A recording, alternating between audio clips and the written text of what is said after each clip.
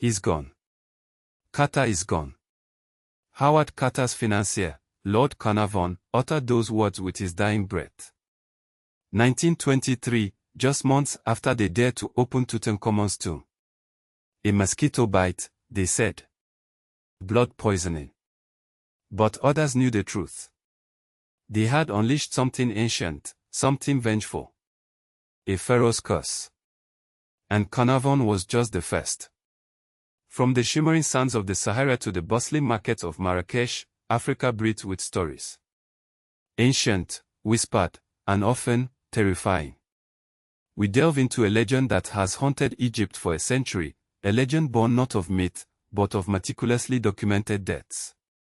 The year is 1922. The world is captivated by Howard Carter's discovery, the tomb of Tutankhamun, a pharaoh whose reign, though brief, left an indelible mark. Lord Carnarvon, the wealthy patron who funded the expedition, stood beside Carter as they breached the sealed chamber. Imagine the anticipation, the thrill of unveiling secrets buried for over 3,000 years.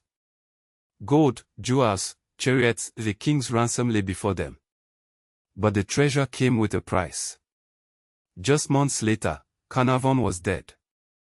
A seemingly innocuous mosquito bite led to pneumonia, then blood poisoning, and finally, oblivion. The official cause: septicemia. But whispers, like the desert wind, carried a different explanation. A curse. A pharaoh's wrath unleashed upon those who dared disturb his eternal slumber. It seemed fantastical, yet the deaths continued. By 1930, less than a decade after the tomb's opening, a staggering number of those involved were dead. George Herbert himself, Carnarvon's brother. Arthur Mace, a member of Carter's excavation team. Even Carter's personal secretary, Richard Bethel, met an untimely demise. Each death seemingly unconnected, yet bound by one terrifying thread: proximity to the boy king. The press ran wild. The curse of Tutankhamun became a global sensation. But what if the explanation wasn't supernatural at all? What if the truth was far more scientific and deadlier than anyone could have ever imagined? The story of Tutankhamun's curse cannot be told without understanding the world that shaped him, a world intertwined with mystery, power, and trade. Among the most enigmatic elements of ancient Egypt was its relationship with the lost city of Punt, a kingdom so vital to Egypt's wealth that it was mentioned in texts dating back to 2500 BC. Punt was more than a trading partner, it was a source of exotic treasures: gold, incense, ivory, and ebony. But here's the twist: despite centuries of searching, no one has ever definitively found Punt. Its location remains one of history's greatest unsolved mysteries. Egyptian records describe Punt as a land of wonders, ruled by a queen and accessible only by perilous journeys across the Red Sea. The famous expedition during the reign of Queen Hatshepsut in 1493 BC immortalized Punt in the walls of her mortuary temple at Deir el-Bahari. The carvings depict ships laden with treasures and strange, unfamiliar animals, proof of a connection that shaped Egypt's prosperity.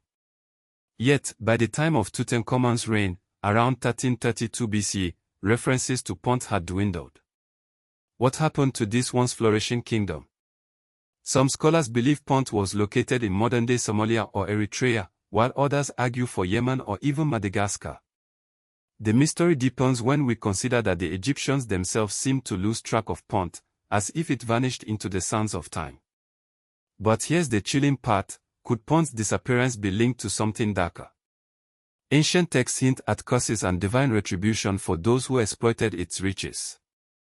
The same curses that haunted Tutankhamun's tomb might have roots in this lost land.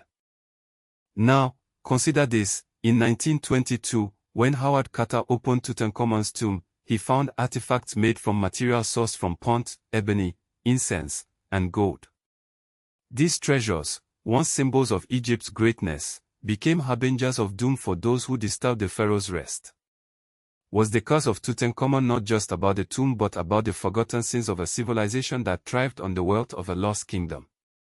Wait, what if the curse was never Tutankhamun's alone but a warning from Punt itself, echoing through the ages?